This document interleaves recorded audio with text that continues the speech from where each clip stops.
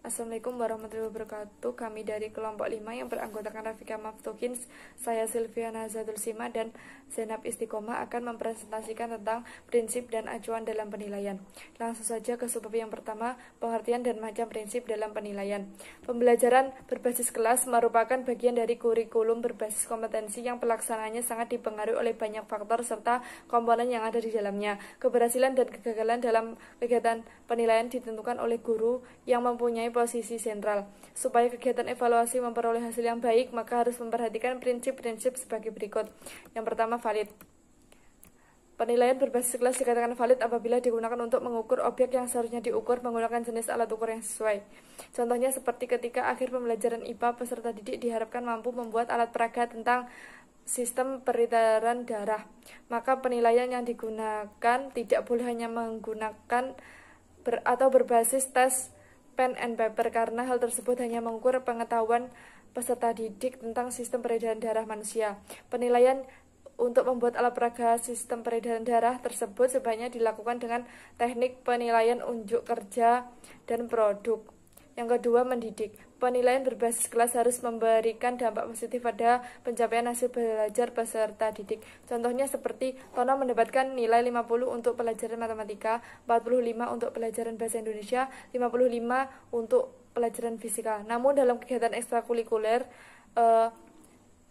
basket, Tono meraih prestasi yang membanggakan. Tono sadar bahwa ia harus menyeimbangkan antara prestasi akademik dan non-akademiknya. Kemudian Tono terpacu untuk mengevaluasi kesalahannya dan memperbaiki kualitas belajar, memperoleh nilai yang baik.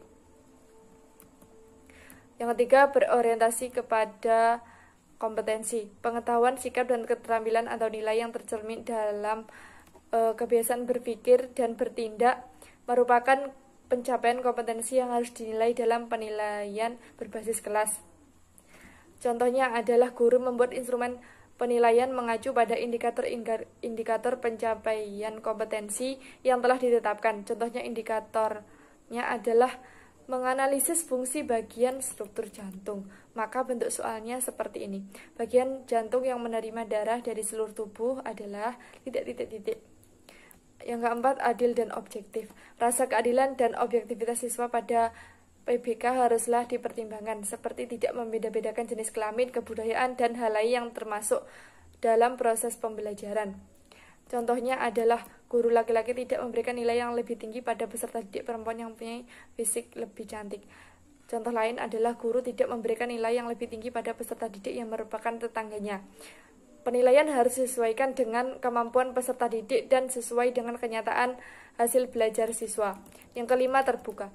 PBK hendaknya dilakukan secara terbuka, sehingga keputusan mengenai keberhasilan peserta didik jelas bagi pihak-pihak yang terkait. Contohnya adalah ketika tahun ajaran baru, guru menjelaskan tentang kesepakatan pemberian nilai dengan bobot masing-masing aspek. Misalnya kehadiran 20%, tugas individu dan kelompok 20%, UTS 25%, dan UAS 35%. Dan juga guru juga memberikan kesempatan untuk merubah bobot nilai apabila kelas tersebut sedikit keberatan dengan bobot nilai yang telah dirancang oleh guru. Sehingga di sini terdapat keterbukaan penilaian antara peserta didik dengan guru. Yang keenam, berkesinambungan. Berkesinambungan dapat disebut juga terus-menerus. Jadi, PBK hendaknya dilakukan secara berkesinambungan dari waktu ke waktu untuk mengetahui perkembangan siswa secara keseluruhan. Contohnya adalah guru IPA melakukan KBM secara terencana. Guru menjelaskan materi di tiap pertemuan, memberikan tugas, mengadakan ulangan harian, ujian tengah semester, serta ujian akhir semester. Semua dilaksanakan secara terus-menerus dan bertahap. Dan dari setiap tahap tersebut, guru mengumpulkan informasi yang akan diolah untuk menghasilkan nilai. Yang ketujuh, menyeluruh. Menyeluruh disebut juga komprehensif. Menyeluruh yang dimaksud adalah PBK harus mencakup aspek kognitif, afektif, dan psikomotor. Contohnya seperti guru IPA ketika pembelajaran materi sistem peredaran darah memberikan uji kompetensi melalui tes tulis untuk mengukur ranah kognitifnya, memberikan tugas membuat alat peraga sistem peredaran darah untuk ranah psikomotornya, dan menilai sikap keseharian anak ketika proses pembelajaran untuk mengukur aspek afektifnya. Yang kedelapan, bermakna. PBK hendaknya mempunyai makna yang nyata untuk semua pihak. Oleh karena itu, pihak yang berkepentingan dapat memahami dan menindaklanjuti PBK tersebut. Contohnya, bagi seorang guru, hasil penilaian dapat bermakna untuk melihat seberapa besar keberhasilan metode pembelajaran yang digunakan sebagai evaluasi untuk perbaikan ke depan, serta memberikan pengukuran prestasi belajar kepada siswa. Yang ke-9, kooperatif. Kooperatif yang dimaksud adalah dalam proses penilaian berbasis kelas, guru bekerja sama dengan berbagai pihak seperti peserta didik, orang tua, antar guru, dan kepala sekolah. Contohnya, kerjasama antara guru dengan peserta didik, yaitu pada penilaian afektif. Siswa dinilai dengan teknik penilaian antar teman atau penilaian diri sendiri. Maka penilaian yang dihasilkan tidak hanya berasal dari guru, melainkan juga dari peserta didik. Dan hal tersebut menunjukkan kerjasama antara guru dengan peserta didik. Yang ke-10, praktis. Praktis yang dimaksud adalah mudah dipahami dan digunakan oleh guru selaku pihak yang menyusun alat evaluasi maupun orang lain yang menggunakannya. Contohnya adalah guru dalam membuat alat evaluasi hendaknya menggunakan alat-alat sederhana dan biayanya juga murah atau terjangkau. Yang terakhir, rehabilitas. Rehabilitas sering disebut juga taraf kepercayaan atau keterandalan. Suatu tes dapat dikatakan memiliki rehabilitas apabila tes tersebut dipergunakan untuk mengukur secara berulang-ulang dan memberikan hasil yang sama atau tetap. Contohnya, guru memberikan soal UTS yang sama dengan soal yang dipakai pada ulangan harian pada peserta didik. Selanjutnya, subbab yang kedua, pengertian dan macam acuan dalam penilaian. Acuan penilaian yang dipakai dalam pendidikan dibedakan menjadi dua, yaitu penilaian acuan patokan dan penilaian acuan norma. Penilaian acuan patokan (PAP) disebut juga dengan istilah Criterion Reference Test adalah penilaian yang dasar acuannya berdasar pada kriteria pencapaian tujuan pembelajaran yang telah ditetapkan sebelumnya. Mengukur secara pasti kompetensi yang telah ditetapkan sebagai kriteria keberhasilannya merupakan tujuan dari PAP. Supaya tujuan PAP tersebut dapat tercapai haruslah memenuhi 3 syarat, yaitu tepat, efektif, dan praktis. Yang kedua, penilaian acuan norma. PAN disebut juga dengan istilah Norm Reference Test adalah penilaian yang menggunakan acuan pada norma kelompok. Nilai-nilai dalam suatu kelompok menjadi acuan perbandingan nilai-nilai yang diperoleh oleh peserta didik. PAN dapat digunakan oleh pendidik apabila menghadapi kurikulum yang bersifat dinamis, yang artinya materi pembelajaran selalu berkembang mengikuti tuntutan pendidikan terkini. Di sini saya akan menjelaskan tentang perbedaan antara penilaian acuan norma dan perbedaan antara penilaian acuan norma dan penilaian acuan patokan. Perbedaan yang kita ketahui yang pertama yaitu soal tes tidak untuk penilaian acuan norma, soal tes tidak hanya berdasarkan pelajaran, melainkan kegiatan sehari-hari, tentang sikap siswa terhadap sesama atau sikap siswa terhadap lingkungan. Yang jika penilaian acuan patokan yaitu hanya terdiri dari pelajaran yang diterima siswa. Jadi seperti soal-soal yang ada di LKS, pilihan ganda, seperti uraian, seperti itu. Perbedaan yang kedua yaitu penilaian acuan patokan tidak perlu terlebih dahulu menentukan secara pasti performance yang diharapkan sebelum tes disusun. Sebagai contoh yaitu ketika seseorang akan diwawancara.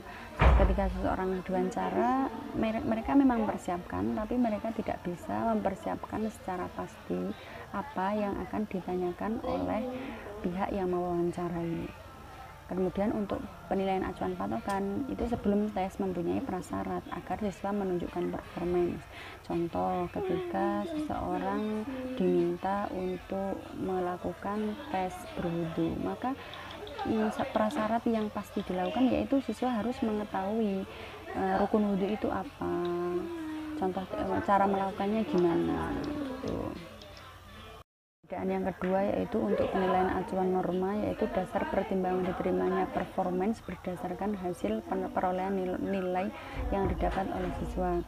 seperti contoh tadi kan kita memberikan contoh observasi. Jadi ketika seseorang ketika seseorang diwawancara, maka orang yang mewawancari maka akan memberi nilai tentang pertanyaannya. Jadi ketika nilai itu sudah memenuhi standar, maka orang tersebut dinyatakan lulus. Untuk penilaian acuan patokan, dasar pertimbangan untuk diterimanya performance tertentu harus berdasarkan pada kriteria tertentu. Ya, ketika contoh tadi yaitu ketika seseorang akan melaksanakan wudhu. Jadi ketika anak tersebut sudah melaksanakan wudhu, maka kita memberikan kriteria anak ini, oh ternyata wudhunya sudah baik, oh ternyata sudah benar. Nah, itu sebagai contoh penilaian acuan patokan. Perbedaan yang selanjutnya yaitu untuk penilaian acuan norma, yaitu membuat tes dalam kategori sedang. Maksudnya apa? Itu tidak terlalu sulit juga tidak terlalu mudah. Kalau penilaian acuan patokan mementingkan butir tes sesuai dengan perilaku atau tujuan pelajaran. Jadi ketika tujuannya seperti ini, berarti soalnya pun harus seperti ini, tidak memandang soal itu sulit, sedang ataupun mudah. Baik, itu tadi perbedaan penilaian acuan norma dan penilaian acuan patokan berdasarkan pengembangan tes. Untuk selanjutnya yaitu berdasarkan standar penilaian performance siswa. Perbedaan yang pertama yaitu penilaian acuan norma, yaitu memiliki standar performance berdasarkan pada jumlah pertanyaan yang dijawab benar oleh siswa dihubungkan dengan siswa yang lain yang menempuh tes tersebut. Jadi sebagai contoh, kalau penilaian acuan norma yaitu ketika di dalam kelas seorang siswa mendapat nilai 75, maka kita bandingkan dengan siswa lain. Apakah siswa lain ada yang lebih tinggi atau ada yang lebih rendah atau sama. Untuk penilaian acuan patokan, standar performance tentukan dalam bentuk tingkah laku. Jadinya contohnya ketika berwudu, jadi tingkah lakunya yang paling benar yang mana? Kita lihat tingkah laku yang paling benar dan yang paling tepat. Perbedaan selanjutnya yaitu prestasi siswa adalah 80% dari siswa lain. Jadi untuk penilaian acuan norma ini, prestasi siswa sudah ditentukan dari pemerintah, dari peraturan, yaitu 80% dari siswa yang lain. Ketika sudah 80% atau lebih, maka siswa tersebut dinamakan siswa yang berprestasi. Untuk penilaian acuan patokan, pengukuran performance dalam menempuh tes didasarkan pada standar performance yang telah ditetapkan. Jadi sebelum seseorang tersebut membuat tes performance, maka seseorang tersebut harus membuat standar performance yang akan dia ujikan tersebut. Jadi standarnya itu tidak harus sesuai dengan penilaian acuan norma tadi yang harus 80%. Yang selanjutnya yaitu penilaian berdasarkan apa adanya hasil prestasi siswa. Jadi di sini ketika seseorang tersebut mengerjakan soal dan hanya mendapat 550, ya sudah, nilainya hanya itu. Tapi ketika penilaian acuan patokan, distribusi nilai tidak menyerupai kurva normal. Ini maksudnya yaitu seseorang ketika mengerjakan nilai ujian kok 50, kita lihat perilakunya. Ini perilakunya baik apa tidak? Ini anaknya gimana? Di kelas gimana? Jadinya nilai 50 tersebut tidak harus ketika memberi nilai itu tidak harus nilai tersebut. Jadinya ada patokan lain seperti tingkah laku. Selanjutnya yaitu perbedaannya yaitu penilaian acuan norma, perolehan nilai berdasarkan pada kelompok atau kelas. Jadi penilaiannya itu ya sudah di dalam kelas itu. Tapi kalau penilaian acuan patokan didasarkan pada batas kelulusan. Jadi ada standar kelulusan untuk setiap tes. Yang selanjutnya yaitu berdasarkan maksud tes. Perbedaannya yaitu penilaian acuan norma mengadakan seleksi pada individu atau membuat ranking. Jadi siswa yang mendapat nilai tertinggi maka dia akan mendapat ranking pertama, begitu juga seterusnya. Untuk penilaian acuan patokan mengklasifikasi seseorang, mendiagnosa belajar siswa, yaitu mengklasifikasi seseorang ini lulus apa tidak, seseorang ini baik apa tidak, seperti itu. Baik, selanjutnya yaitu praktik atau penerapan acuan PAN dan PAP. Yang pertama yaitu penilaian acuan normatif. Pedoman konversi yang digunakan dalam pendekatan PAN sama dengan pendekatan PAP. Perbedaannya hanya terletak dalam menghitung rata-rata dan simpangan baku atau standar deviasi. Dalam PAN, rata-rata dan simpangan baku dihitung dengan rumus statistik sesuai dengan skor mentah yang diperoleh peserta didik. Langsung saja kita ke contoh biar mudah. Kalau PAN itu digunakan untuk seleksi atau di akhir unit pembelajaran. Jadi ini ada data perolehan skor ulangan akhir semester mata pelajaran IPA. Yang pertama saya buatkan dengan tabel biar mudah. Yang pertama yaitu nilai atau X, ini adalah skor mentah yang diperoleh peserta didik sebanyak 35, tapi saya masukkan hanya 15 karena hanya buat contoh ya. Lah, itu juga ada frekuensi. Jadi ada nilai, ada frekuensi. Lalu kita akan mencari rata-ratanya, yaitu frekuensi dikali nilai. Jadi 1 dikali 60, 2 dikali 65 dan seterusnya. Lalu dapat jumlahnya yaitu 2862. Ini jumlah dari 35 ya. Tapi saya tulis cuma 15 tadi. Lah, 2862 ini dibagi 35 yaitu mencari rata-rata. Hasilnya yaitu 81,7714. Kita bulatkan menjadi 82. Setelah menghitung rata-rata, kita akan mencari standar deviasi atau simpangan baku, yaitu setelah mendapat rata-rata tadi, jadi nilai dikurangi rata-rata. Contohnya 60 dikurangi 82, hasilnya min 22. Jadi tetap kalau ada min, tetap ditulis min. 65 dikurangi 82, hasilnya min 17 dan seterusnya.